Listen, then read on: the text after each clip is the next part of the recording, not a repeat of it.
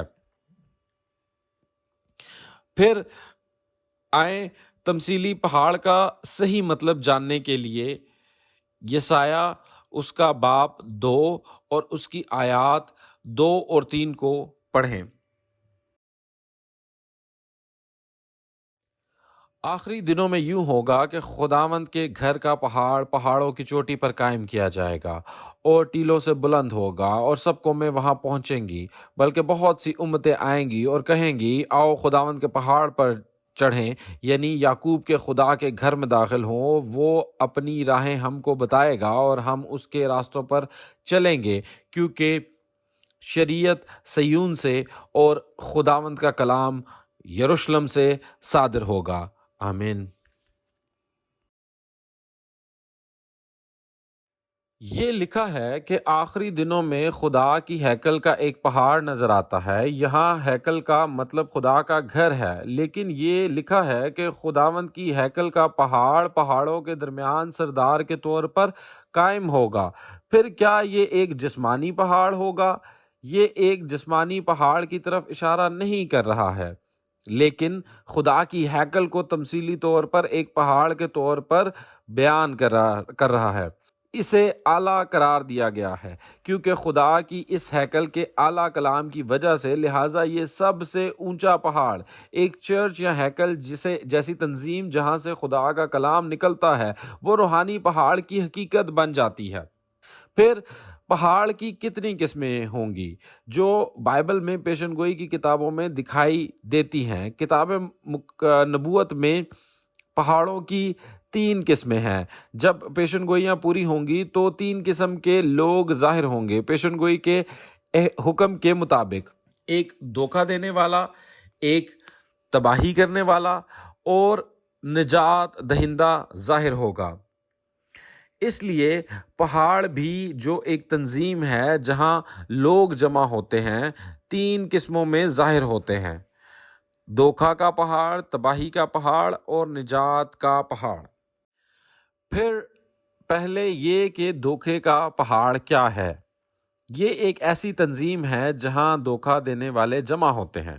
دھوکے کا مطلب ہے پادری وہ جو لوگ جو خدا سے تعلق رکھتے تھے لیکن خدا کے ساتھ عہد کو توڑتے ہیں، لہٰذا وہ خدا کے لوگوں سے بدل گئے ہیں، لیکن اب وہ لوگ بن گئے ہیں جو شیطان کے ہیں۔ پھر پیدائش کے باب 2 میں بائبل کے اندر دھوکہ دینے والے کا ایک پہاڑ نظر آتا ہے۔ پیدائش 2 باب میں خدا نے آدم کو باغ عدن میں قائم کیا اور اس سے اس پر حکومت کرنے کا کہا، تاہم آدم نے خدا کے عہد کو توڑا اور اس نے اچھائی اور برائی کی پہچان کے درخت کا پھل کھایا اور شیطان کی حیثیت اختیار کر لی، اور اسی لیے باغ عدن شیطان کی ملکیت بن گیا تھا۔ لیکن مکاشفہ میں دھوکہ کا پہاڑ بھی ہے جس نے اس وابستگی کو بھی منتقل کر دیا۔ یہ مکاشفہ کے باب 13 میں ہے۔ مکاشفہ کے باب 13 آیت 6 میں آسمان کا ایک خیمہ ہے۔ آسمان کا یہ خیمہ ایک ہیکل ہے جہاں خدا ہے، لیکن یہ لکھا ہے کہ آسمانی خیمے کے مقدسین اس حیوان کی پرستش کرتے ہیں اور ان کے ماتھوں اور دہنے ہاتھ پر حیوان کا نشان ملا ہے۔ دوسرے لفظوں میں انہوں نے دھوکہ دیا ہے۔ یہی وجہ ہے کہ آسمانی خیمہ جس نے دھوکہ دیا ہے وہ یسوع کی دوسری آمد کے وقت دھوکہ دینے والے پہاڑ کی حقیقت بن گیا ہے اور ان کا تعلق خدا سے بدل کر شیطان سے ہو گیا ہے۔ مکاشفہ 8ویں باب کی 8ویں آیت میں ایک بہت بڑا پہاڑ ہے جو آگ سے جلتا ہوا ایک بڑا پہاڑ سمندر میں ڈالا گیا۔ یہ بہت بڑا پہاڑ تمام جلا ہوا دھوکہ کا ایک پہاڑ ہے جس کی عدالت کی جاتی ہے اور دنیا کو چھوڑ دیا جاتا ہے۔ یہ آسمانی خیمہ ہے جس نے مکاشفہ 13ویں باب میں دھوکہ دیا ہے۔ پھر تباہی کا پہاڑ کیا ہوگا؟ یرمیہ باب 51 آیت 25 میں ایک تباہی کا پہاڑ ہے جس نے پوری زمین کو تباہ کر دیا۔ مکاشفہ کے باب 18 آیت 2 اور 3 میں بابل ہے جس نے تمام قوموں کو حرام کاری کی غضبناک مے سے تباہ کر دیا۔ یہ بابل تباہی کے پہاڑ کی حقیقت بن جاتا ہے جس نے پوری زمین کو تباہ کر دیا۔ پھر کیا یہ بابل اس جسمانی قوم بابل کا حوالہ دے گا جو بہت پہلے موجود تھی؟ نہیں، یہ نہیں ہے۔ مکاشفہ کے باب 17 آیت 1 تا 5 میں 7 سروں اور 10 سینگوں والا ایک حیوان اور کسبی ہے، لکھا ہے کہ کسبی کے ماتھے پر بابل کا نام لکھا ہے۔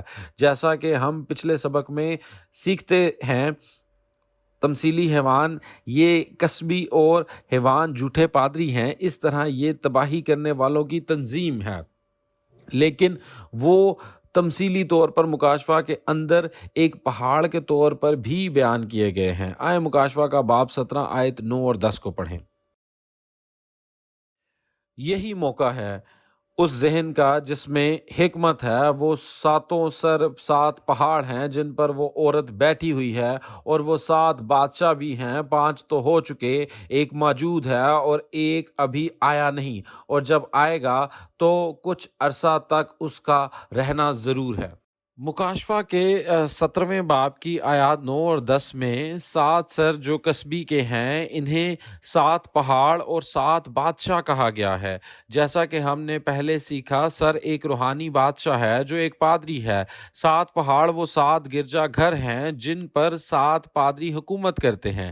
یہ پہاڑ تباہی کا پہاڑ ہے جو مکاشفہ میں دکھایا گیا ہے۔ پھر کیا وہ جسمانی تکمیل میں ظاہر ہوتے ہیں؟ اگر واقعی ظاہر ہوئے تو کیا ہمیں حقیقت کی جانچ نہیں کرنی چاہیے؟ جب آپ اس کلام کو زیادہ سنیں گے تو آپ اس طبعی حقیقت کو بھی جان سکیں گے جو اس کی پیشن گوئی کے مطابق ظاہر ہوتی ہے۔ اس طرح ہمیں دھوکہ دینے والے پہاڑ اور تباہی کرنے والے پہاڑ کا پتہ چلتا ہے۔ پھر ہم کس پہاڑ پر جائیں؟ یہ نجات کا پہاڑ ہے نا؟ پھر نجات کا وہ پہاڑ کیا ہوگا جس کے بارے میں ہم بہت متجسس ہیں؟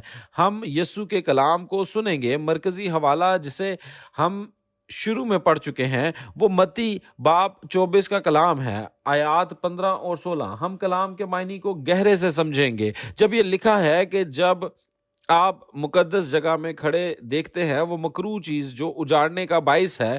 یہ مقدس جگہ خدا کی ہیکل ہے، لیکن جس طرح اجاڑنے کا باعث بننے والی مکروہ چیز کھڑی ہے، اس کا مطلب یہ ہے کہ یہ دھوکہ دینے والا پہاڑ ہے جس کی وابستگی اب بدل چکی ہے، اور وہ مکروہ جو اجاڑنے کا باعث بنتا ہے وہ تباہ کرنے والوں کی تنظیم ہے۔ اس طرح وہ تباہی کا پہاڑ بن جاتا ہے۔ پھر جب آپ یہ سب چیزیں دیکھیں گے تو آپ کو پہاڑ کی طرف بھاگنے کی ضرورت ہے۔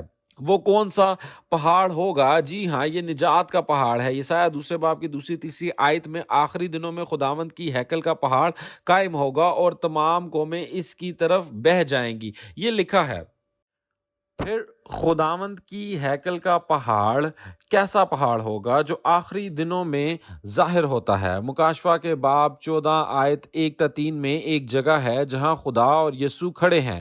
وہ سیون کا پہاڑ ہے، اور اس سیون کے پہاڑ کی حقیقت مکاشفہ کا 15واں باب ہے، آیات 4 اور 5۔ یہ شہادت کے خیمے کا مقدس ہے کہ تمام قومیں آئیں گی اور عبادت کریں گی۔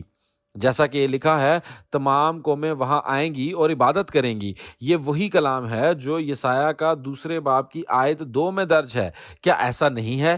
شہادت کے خیمے کا مقدس وہ جگہ ہے جو دھوکہ، تباہی اور نجات کے واقعات کی گواہی دیتی ہے جو مکاشفہ کے مطابق ظاہر ہوتے تھے، اسی لیے اسے شہادت کے خیمے کا مقدس کہا جاتا ہے۔ تو کیا یہ جگہ ظاہر ہو چکی ہے؟ جی ہاں، یہ شنچنجی چرچ آف جیزس شہادت کے خیمے کا مقدس ہے جو آج مکاشفہ کے وعدے کے مطابق نمودار ہوا۔ یہ وہ جگہ ہے جہاں خدا اور یسوع ایک ساتھ ہیں، اس لیے وہ جگہ جو آسمان کے تمام بھیدوں اور پیشن گوئیوں اور یہاں تک کہ مکاشفہ کی جسمانی تکمیل کی گواہی دی جا سکتی ہے، گواہی کا کلام سننے کے لیے، اسی لیے تمام قومیں اس کی طرف متوجہ ہو رہی ہیں، ہے نا؟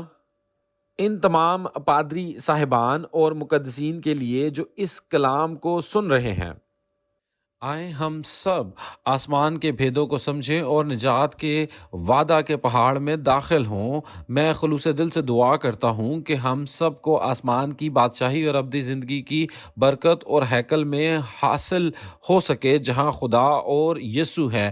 اب ہم تمثیلی پتھر کے بارے میں سیکھیں گے۔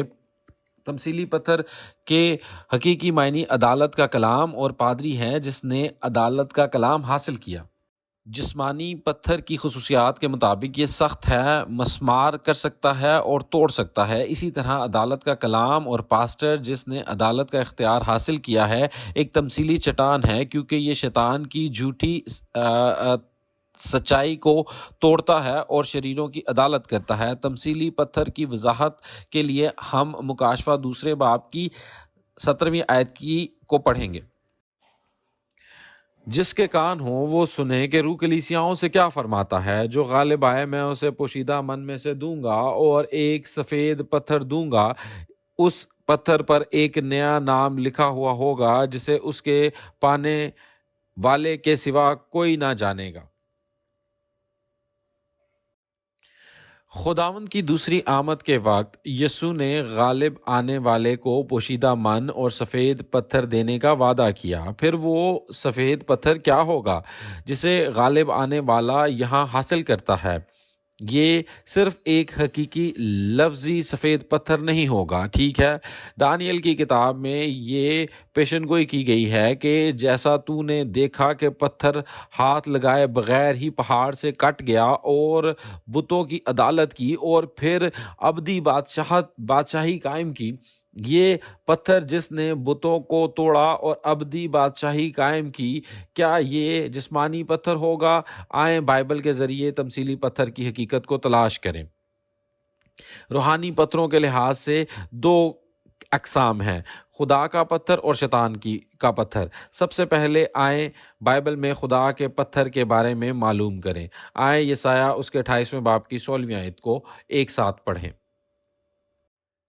اس لیے خداوند خدا یوں فرماتا ہے، دیکھو میں صیون میں بنیاد کے لیے ایک پتھر رکھوں گا، آزمودہ پتھر، محکم بنیاد کے لیے، کونے کے سرے کا قیمتی پتھر، جو کوئی ایمان لاتا ہے قائم رہے گا۔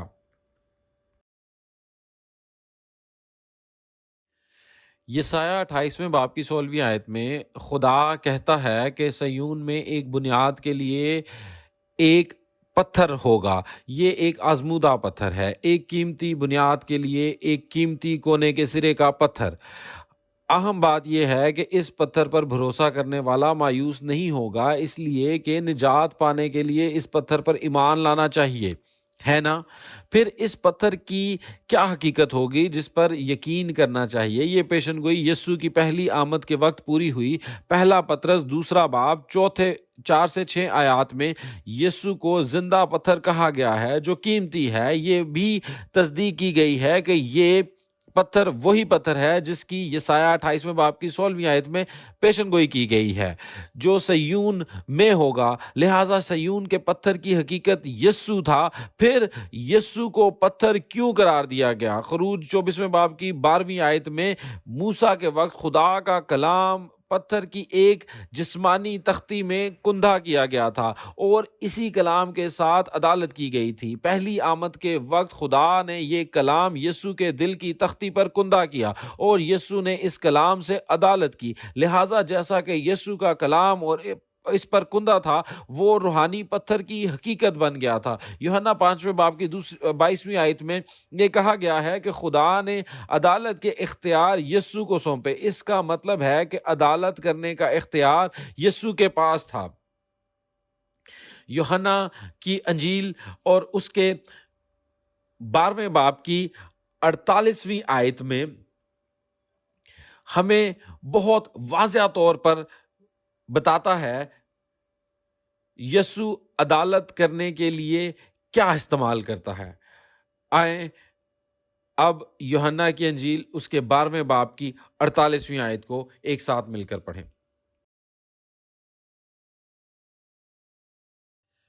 جو مجھے نہیں مانتا اور میری باتوں کو قبول نہیں کرتا، اس کا ایک مجرم ٹھہرانے والا ہے، یعنی جو کلام میں نے کیا ہے آخری دن وہی اسے مجرم ٹھہرائے گا۔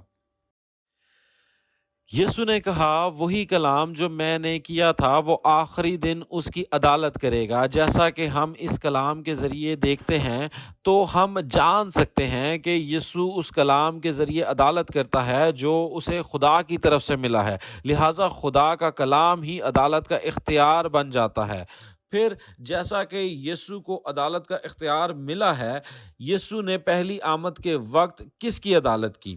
متی کی انجیل اس کے 13ویں باب میں یسوع نے خدا کے کلام کے ساتھ بدعنوان جسمانی اسرائیل کے جھوٹے پاسٹرز، فریسیوں اور شریعت کے عالموں کی عدالت کی۔ اس نے کہا، شرع کے عالموں اور فریسیوں، تم پر افسوس اے ریاکاروں، اور پھر اس نے ان کی شناخت اور ان کے تمام غلطیاں ظاہر کی۔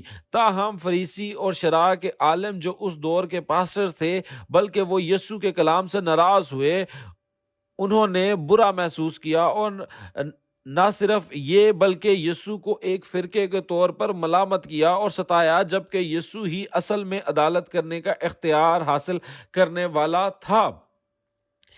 جو لوگ یسوع کے کلام کو سنتے ہیں، توبہ کرتے ہیں اور بچ نکلے، نجات پانے کے قابل ہیں۔ تاہم جن لوگوں نے یسوع کی باتوں پر کان نہیں دھرے بلکہ انہیں ستایا گیا، ان کا عدالت یسوع کے کلام سے کی گئی جو پتھر بن گیا۔ پھر دوسری آمد کے وقت عدالت کرنے کا اختیار کس کو ملے گا؟ دوسری آمد کے وقت مکاشوہ باب 2 آیت 17 میں یسوع نے وعدہ کیا تھا کہ وہ سفید پتھر اس کو دے گا جو غالب آئے گا۔ یہ سفید پتھر عدالت کا کلام ہے۔ وہ کون ہوگا جو غالب آئے گا جسے یہ سفید پتھر ملے گا؟ غالب آنے والا وہی ہے جو اژدہا کے گروہ سے لڑتا ہے اور اس پر غالب آتا ہے، جو کہ مکاشوہ کے 2 اور 3 باب میں نکولیوں کے طور پر بیان کیے گئے ہیں۔ اس کے علاوہ مکاشوہ 10ویں باب میں وہی ہے جس نے مکاشوہ کے 10ویں باب میں فرشتے سے کھلی کتاب حاصل کر کے کھائی۔ مکاشوہ 16ویں باب میں وہ خدا کے قہر کا پیالہ بنتا ہے جس نے دھوکہ دینے والوں اور ہلاک کرنے والوں کی عدالت کا کلام کے ساتھ کی تھی۔ اس مواد کے بارے میں آپ بعد میں مزید تفصیل سے سیکھیں گے۔ دوسری آمد کے وقت جب مکاشفہ کی تکمیل ہوگی تو اس کلام کے مطابق غالب آنے والا وہی ہونا چاہیے جس نے یسوع کی طرف سے ظاہر ہونے والا سفید پتھر حاصل کیا ہو۔ یسوع کا غالب آنے والے کو سفید پتھر دینے کا یہ مطلب ہے کہ اسے عدالت کرنے کا اختیار دیا گیا ہے۔ یہاں بیان کی گئی عدالت زمین پر ہونے والے واقعات کی عدالت کی طرف اشارہ نہیں کر رہی ہے، بلکہ یہ سچ اور جھوٹ کی عدالت کی جا رہی ہے۔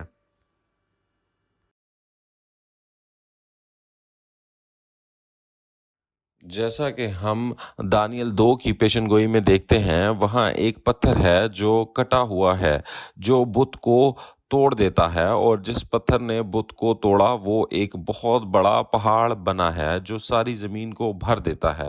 پھر اس کا کیا مطلب ہوگا؟ سب سے پہلے اس پتھر کی حقیقت جو کٹا تھا، یہ پہلی آمد کے وقت یسوع تھے، جو ایک چرواہے تھے جسے خدا کی طرف سے فیصلے کا اختیار ملا تھا۔ پھر اس بت کی حقیقت کیا ہوگی جس کی عدالت پہلی آمد کے وقت یسوع کے ذریعہ کی گئی تھی، جو ایک پتھر کی مانند تھا جسے کاٹ دیا گیا تھا۔ پھر متی 21ویں باب کی 41 تا 44 آیت میں یسوع نے زبور 22 اس کے 118ویں آیت کے الفاظ کا حوالہ دیا۔ اس وقت کے سردار کاہنوں اور فریسیوں سے کہا کہ جس پتھر کو ممباروں نے رد کر دیا تھا وہ کونے کے سرے کا پتھر بن گیا، اور یہ بھی کہا کہ جو اس پتھر پر گرے گا وہ ٹکڑے ٹکڑے ہو جائے گا، اور جس پر یہ پتھر گرے گا وہ ریزہ ریزہ ہو جائے گا۔ پھر سب سے پہلے کونے کے سرے کے پتھر کی حقیقت جس کا یہاں ذکر کیا گیا ہے، یہ یسوع تھے، جو پہلی آمد کے وقت ایک چرواہا تھے جسے عدالت کا اختیار ملا تھا، اور یہ بھی جس ممار نے اس پتھر کو رد کیا وہ فریسی اور شریعت کے عالم تھے، جنہوں نے یسوع پر یقین نہیں کیا اور اسے ایک بدعت کے طور پر مجرم قرار دیا۔ پھر یسوع نے اس وقت فریسیوں اور شریعت کے استاد اور سردار کاہنوں کا خدا کی طرف سے دیے گئے کلام سے انصاف کیا، لہٰذا ان بتوں کی حقیقت جو ٹکڑے ٹکڑے کر دیے گئے اور کچلے گئے، یہ پہلی آمد کے وقت کے پاسٹرز، فریسی اور شریعت کے عالم تھے۔ اب آئیں تمثیلی بت کے بارے میں معلوم کرتے ہیں۔ آپ نے پہلے بت کے بارے میں کیا سوچا تھا؟ کیا آپ نے بت مت مندر میں اس طرح کے مجسمے کے بارے میں سوچا، یا آپ نے آباء و اجداد کا مجسمہ جو مر گیا ہو؟ لیکن بائبل میں بھی کیا اس بت کے بارے میں کہا گیا ہے؟ بائبل میں کہا گئی روحانی بت اس بت سے قدرے مختلف ہے جن کے بارے میں ہم عام طور پر سوچتے تھے۔ آپ کو بتانے کے لیے کہ تمثیلی بت کا جواب کیا ہے، بت ایک جھوٹا استاد ہے یا جھوٹا پاسٹر ہے۔ استثنا 5ویں باب میں 10 احکام ہیں جو خدا نے دیے ہیں، اور ان میں سے ایک یہ ہے کہ بت نہ بناؤ، نہ سجدہ کرنا، نہ ان کی عبادت کرو۔ جسمانی بت جیسا کہ ہم جانتے ہیں پرانے عہد ناموں میں غیر قوموں کے ذریعے بنائے گئے ہیں۔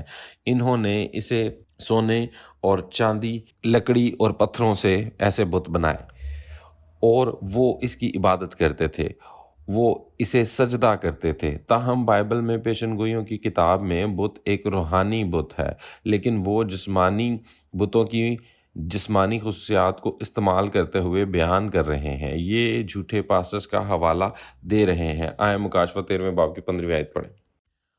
اور اسے اس حیوان کے بت میں روح پھونکنے کا اختیار دیا تاکہ وہ حیوان کا بت بولے بھی، اور جتنے لوگ اس حیوان کے بت کی پرستش نہ کریں ان کو قتل بھی کرے۔ مکاشفہ 13ویں باب کی 15ویں آیت میں ایک بت ہے جو ظاہر ہوتا ہے، لیکن حقیقت میں یہ ایسا بت ہے جو بولتا ہے، اور پھر بتایا گیا ہے کہ جو لوگ بت کی پرستش سے انکار کرتے ہیں انہیں قتل کر دیا جائے گا۔ پھر کیا یہ ایسا بت ہوگا جیسا کہ بت مت میں مندر میں، یا ایسا مجسمہ جس میں بیٹری لگی ہوئی ہو تاکہ وہ مشین کی طرح بول سکے؟ نہیں، ایسا نہیں ہوگا۔